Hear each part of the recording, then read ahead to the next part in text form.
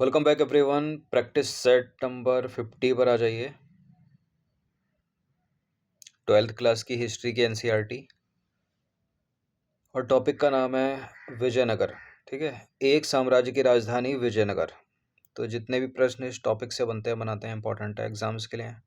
विजयनगर पे एक आधा प्रश्न पूछ लिया ही जाता है किसी भी स्टेट के पीसीएस में या दूसरे कॉम्पिटिटिव एग्जाम में। बाकी इस टेस्ट सीरीज़ की प्लेलिस्ट बना रखी है, वहाँ पर आप टेस्ट नंबर 1 से लेकर 50 या आने वाला जो भी नया टेस्ट आएगा वहाँ तक पहुँच सकते हैं। डिस्क्रिप्शन बॉक्स में लिंक है उसका। प्रश्न इंपॉर्टेंट है, सारे स्टेटमेंट के साथ हैं। चलिए स्टार्ट करते हैं।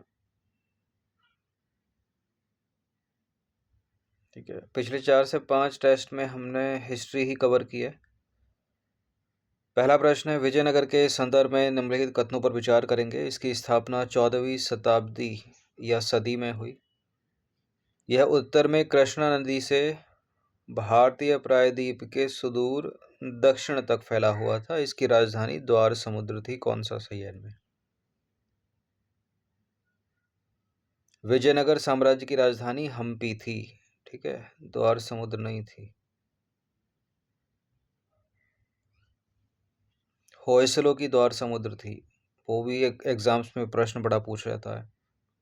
14वीं सदी 1336। ठीक है, 1301 जैसी काउंट होगा वो 14वीं में ही काउंट होगा।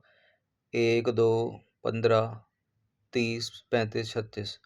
तो पहला दूसरा सही है, केवल सी है इसका answer.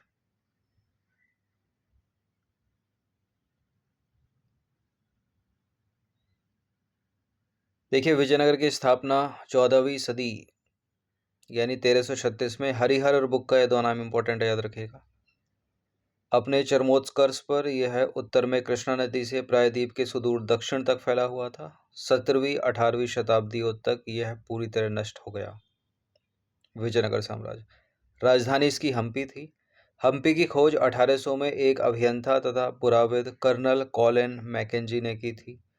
Colonel Colin McKenzie Virupaksha मंदिर तथा पंपा देवी मंदिर के पूजा स्थल का विशेष रूप से उल्लेख किया था। ठीक है, कर्नल कॉलिन मैकेंजी ने। क्वेश्चन नंबर 2, निम्नलिखित युग्मों पर विचार करेंगे। यह मंदिर, यह स्थान। बृहदेश्वर मंदिर, चन्नकेशव मंदिर वेल्लूर में। कौन सा सही है इसमें? फेमस मंदिर है बृहदेश्वर मंदिर, तंजौर तमिलनाडु में है ये। तो पहला तो गलत है। चन्नकेशव मंदिर वेलूर में दूसरा वाला सही है।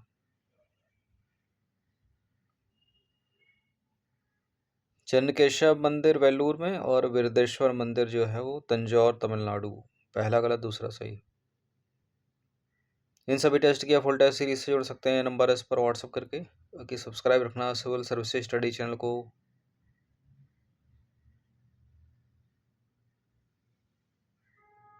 सारे प्रश्न विजयनगर, ठीक है, उसकी संस्कृति से ही रिलेटेड होंगे इसमें। विजयनगर के संदर्भ में निम्नलिखित कथनों पर विचार करेंगे। कुदिरई चेट्टी घोड़ों के व्यापारी थे। नगलपुरम की स्थापना कृष्णदेव राय ने की। कृष्णदेव राय का संबंध संगम वंश से था। अच्छा, गलत बताना है इसमें, कौन सा गलत है। देखिए, पहला दूसरा यहाँ पर सही है, गलत इसमें केवल तीसरा है। ठीक है, विजयनगर साम्राज्य का संबंध जो है वो संगम वंश से नहीं था, तुलुब से था।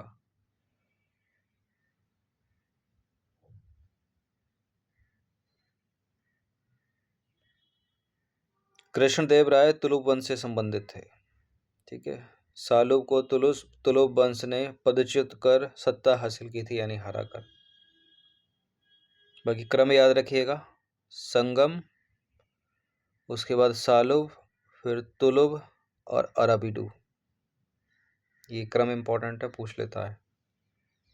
विजयनगर में व्यापार जो है वो अरब व्यापारी के द्वारा नियंत्रित होता था। व्यापारियों के स्थानीय समूह को कुदिरई चेट्टी अथवा घोड़ों के व्यापारी कहा जाता था। कृष्णदेव राय ने अपनी मां के नाम पर विजयनगर के समीप नगलपुरम नगर की स्थापना की। दूसरा भी सही है। कृष्णदेव राय तुलुब वंश से संबंधित थे। सालुब को तुलुब वंश ने हराया था, उसके बाद सत्ता हासिल की थी।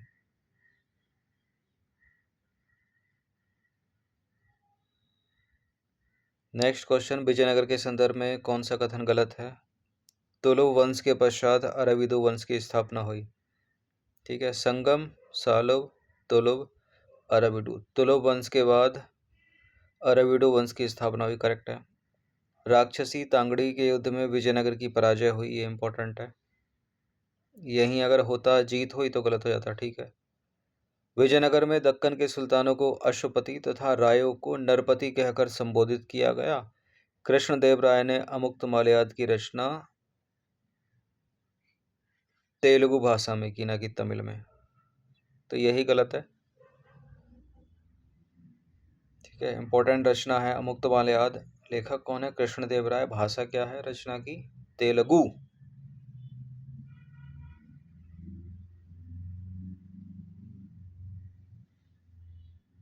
संगम वंश के बाद सुलुभ वंश की स्थापना।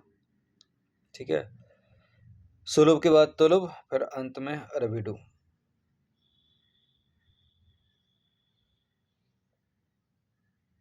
कृष्णदेव राय ने अमुक्त माल्याद की रचना तेलुगु भाषा में की, ना कि तमिल में। 1565 में विजयनगर की सेना प्रधानमंत्री राम राय के नेतृत्व में राक्षसी तांगड़ी यानी तालीकोटा के युद्ध में उतरी, जहां उसे बीजापुर, अहमदनगर और गोलकोंडा की संयुक्त सेनाओं का सामना करना पड़ा। इस युद्ध में विजयनगर की हार हुई। विजयनगर की लोक प्रचलित परंपराओं में दक्कन के सुल्तानों को अश्वपति या घोड़ों के स्वामी तथा रायों को नरपति या लोगों के स्वामी की संज्ञा दी गई। ठीक है, राक्षसी तांगड़ी या तालीकोटा का युद्ध 1565 में, एग्जैक्ट सन के साथ याद रखिएगा।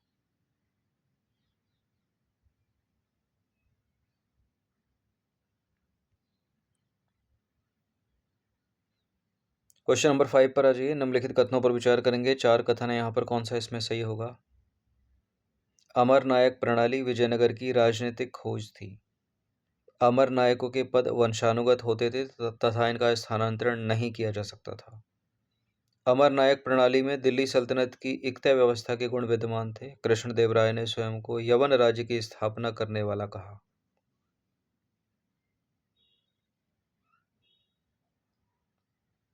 यहाँ एक नेगेटिव स्टेटमेंट है, दूसरा वाला। अमर नायकों के पद वंशानुगत होते थे तथा इनका स्थानांतरण नहीं किया जा सकता था, गलत है ये। इनका स्थानांतरण कर सकता था राजा। तो जहाँ जहाँ 2 है उसको हटा दीजिए। इसका आंसर केवल 1, 3 और 4 सी है। अमर नायक प्रणाली जो है वो विजयनगर साम्राज्य की प्रमुख राजनीतिक खोज थी। इसमें कई तत्व दिल्ली सल्तनत की इक्ता प्रणाली से लिए गए थे। अमर नायक सैनिक कमांडर थे जिन्हें प्रशासन द्वारा राज्य क्षेत्र दिए जाते थे। ये कर वसूलने का काम करते थे। इनकी अपनी सेना होती थी जो संकट के समय राजा की सहायता करती थी। कभी कभी राजा उन्हें स्थानांतरित कर उन पर अपना नियंत्रण दर्शाता था। तो पहला और तीसरा तो सही है, दूसरा वाला गलत है। बात आती है कृष्णदेव राय की। कृष्णदेव राय ने यवन राज्य की स्थापना कृष्णदेव राय ने यवन राज्य की स्थापना करने वाला विरुद्ध धारण किया। यवन संस्कृत भाषा का शब्द है जिसका प्रयोग यूनानियों तथा उत्तर पश्चिम से उपमहाद्वीप में आने वाले अन्य लोगों के लिए किया जाता था। चौथा सही है।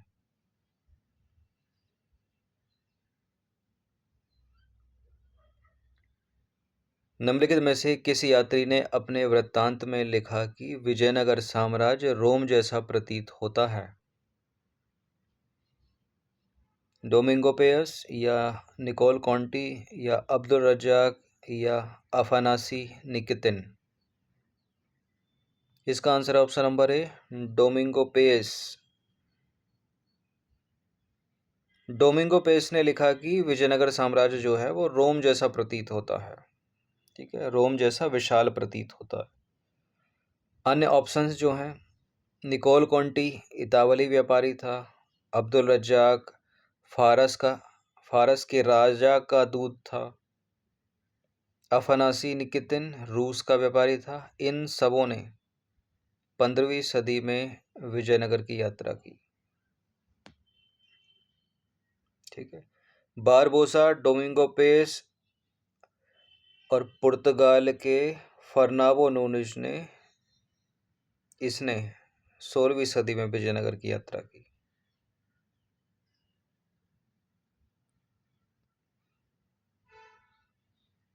विजयनगर साम्राज्य के संदर्भ में निम्नलिखित कथनों पर विचार करेंगे। कमलपुरम जलाशय तथा हिरिया नहर विजयनगर से संबंधित हैं। अब्दुल रजाक ने विजयनगर की किलेबंदी का विस्तृत विवरण लिखा है। यहाँ के शासकों ने कृषि क्षेत्रों की किलेबंदी पर बल दिया। ठीक है, बिल्कुल करेक्ट है पहला वाला, बिल्कुल करेक्ट है दूसरा वाला, बिल्कुल करेक्ट है तीसरा वाला भी। ठीक है, कृषि क्षेत्रों की किलेबंदी क्यों करी? ताकि प्रतिद्वंदी खाद्य सामग्री से वंचित हो जाए और आत्मसमर्पण कर दे। तीनों के तीनों करेक्ट हैं, डी है इसका आंसर। देखिए, विजयनगर की भौगोलिक स्थिति के विषय में सबसे आश्चर्यचकित करने वाला तथ्य है यहाँ निर्मित प्राकृतिक कुंड। ऐसे ही जलकुंडों में से एक का निर्माण 15वीं शताब्दी के आरंभिक वर्षों में हुआ, जिसे आज कमलपुरम जलाशय कहा जाता है। इससे न केवल सिंचाई होती थी, बल्कि इसे एक नहर के माध्यम से राज्य के केंद्र तक भी ले जाया गया। इसके अतिरिक्त हिरिया नहर के भग्नावशेषों को आज भी देखा जा सकता है। इसे धार्मिक केंद्र से शहरी केंद्र को अलग करने वाली घाटी को संचित करने में प्रयोग किया जाता था।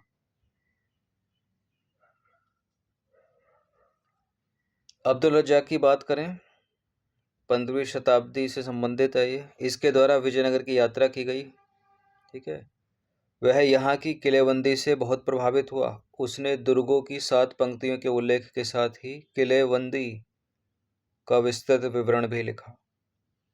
विजयनगर में कृषि क्षेत्र की किलेबंदी पर बल दिया गया। मुख्य उद्देश्य क्या था इसका?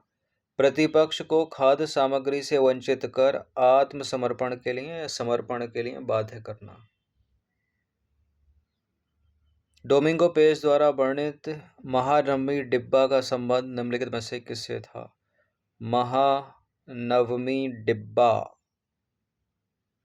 महानवमी डिब्बा है शिल्पकार का एक प्रकार नहीं है, राजमहल नहीं है, विशिष्ट प्रकार के वस्त्र जिन्हें राजा धारण करता था नहीं है, विशालकाय मंच है, ये बी है इसका आंसर। शहर के सबसे ऊंचे स्थानों में से एक पर स्थित महानवमी डिब्बा एक विशालकाय मंच था। इस संरचना से जुड़े अनुष्ठान संभवतः सितंबर तथा अक्टूबर के शरद माह में मनाए जाने वाले 10 दिन के हिंदू त्योहार के 9वें दिवस के अवसर पर निष्पादित किए जाते थे। ठीक है, नवरात्रि अथवा महानवमी। आज तक चलते हैं ये। नवरात्रि को उत्तर भारत में दशहरा, बंगाल में दुर्गा पूजा तथा प्रायद्वीप भारत में नवरात्रि या महानवमी नाम से जाना जाता है। इस अवसर पर विजयनगर के राजा अपने वैभव का प्रदर्शन करते थे। क्वेश्चन नंबर 9, 3 स्टेटमेंट वाला, कौन सा इसमें सही होगा? विजयनगर के संदर्भ में निम्नलिखित कथनों पर विचार करेंगे। राय गोपुरम यहाँ के राज्य के प्रवेश द्वार थे। विरूपाक्ष मंदिर को विजयनगर साम्राज्य की स्थापना के बाद और अधिक बड़ा किया गया। विट्ठल मंदिर के प्रमुख देवता विट्ठल महाराष्ट्र में पूजे जाने वाले विष्णु के एक रूप हैं। यहाँ बात अटक सकती है, विष्णु के हैं या शिव के हैं? विष्णु के ही हैं। ठीक है, तीनों के तीनों करेक्ट हो जाते हैं, कोई भी गलत इसमें है नहीं। डी है इसका आंसर 1 2 3। देखिए, राय गोपुरम यहाँ के स्थापत्य के भाग हैं जो राज्य के प्रवेश द्वार होते थे। ये प्रवेश द्वार लंबी दूरी से ही मंदिर के होने का संकेत देते थे। स्थापत्य के अन्य विशिष्ट अभिलक्षणों में मंडप तथा लंबे स्तंभ वाले गलियारे, जो अक्सर मंदिर परिसर में स्थित देवस्थलों के चारों ओर बने थे, सम्मिलित हैं। विजयनगर के मंदिर परिसरों की एक चारित्रिक विशेषता रथ गलियां थीं, जो मंदिर के गोपुरम से सीधी रेखा में जाती थीं। इन गलियों का फर्श पत्थर के टुकड़ों से बनाया गया था और इनके दोनों ओर स्तंभ वाले मंडप थे जिनमें व्यापारी अपनी दुकानें लगाया करते थे। विरूपाक्ष मंदिर का निर्माण कई शताब्दियों में हुआ। इसी क्रम में विजयनगर साम्राज्य की स्थापना के बाद इसे और अधिक बड़ा किया गया था। विट्ठल मंदिर के प्रमुख देवता विट्ठल थे, जो सामान्यतः महाराष्ट्र में पूजे जाने वाले विष्णु के एक रूप हैं। तो सारे के सारे करेक्ट हो जाते हैं, डी होगा आंसर। चिदम्बरम मंदिर निम्नलिखित में से कहाँ स्थित है?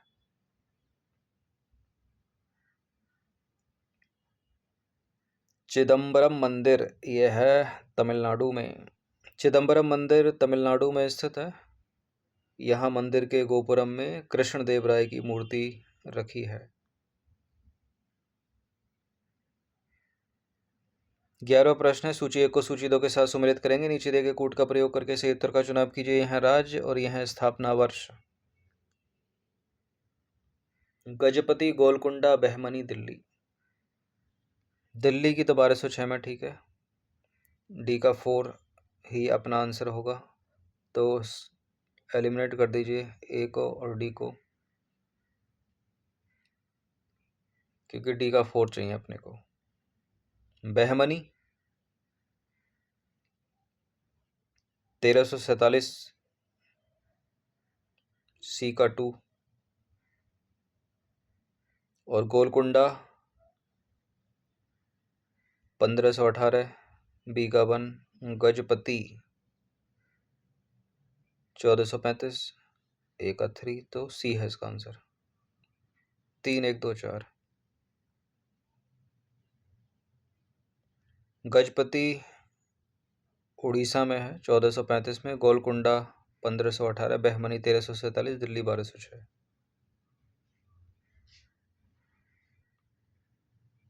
हम्पी को यूनेस्को द्वारा विश्व पुरातत्व स्थल कब घोषित किया गया? हम्पी को यूनेस्को द्वारा विश्व पुरातत्व स्थल घोषित किया गया 1986 में। सन 1800 और 1876 भी इम्पोर्टेंट है हम्पी से रिलेटेड। देखिए 1986 में हम्पी को यूनेस्को द्वारा विश्व पुरातत्व स्थल घोषित किया गया, या धरोहर स्थल कह लीजिए। सन 1800 में एक और महत्वपूर्ण घटना हुई। कॉलिन मैकेंजी द्वारा विजयनगर की यात्रा की गई और 1876 में पुरा स्थल के मंदिरों की दीवारों के अभिलेखों का जे.एफ. फ्लीट द्वारा प्रलेखन प्रारंभ किया गया। तो एक साम्राज्य की राजधानी विजयनगर, इस टॉपिक से निकलते हैं 12 प्रश्न, इनकी प्रैक्टिस कर लीजिएगा। ठीक है, फुल टेस्ट सीरीज से जुड़ सकते हो आप। ये नंबर इस पर व्हाट्सएप करके, डिस्क्रिप्शन बॉक्स में डिटेल्स है। Full test series PDF format में है, टेलीग्राम ग्रुप में। अभी 1-2 टेस्ट वीडियोस में और हिस्ट्री को कवर करेंगे। ठीक है, इंपॉर्टेंट है एग्जाम्स के लिए।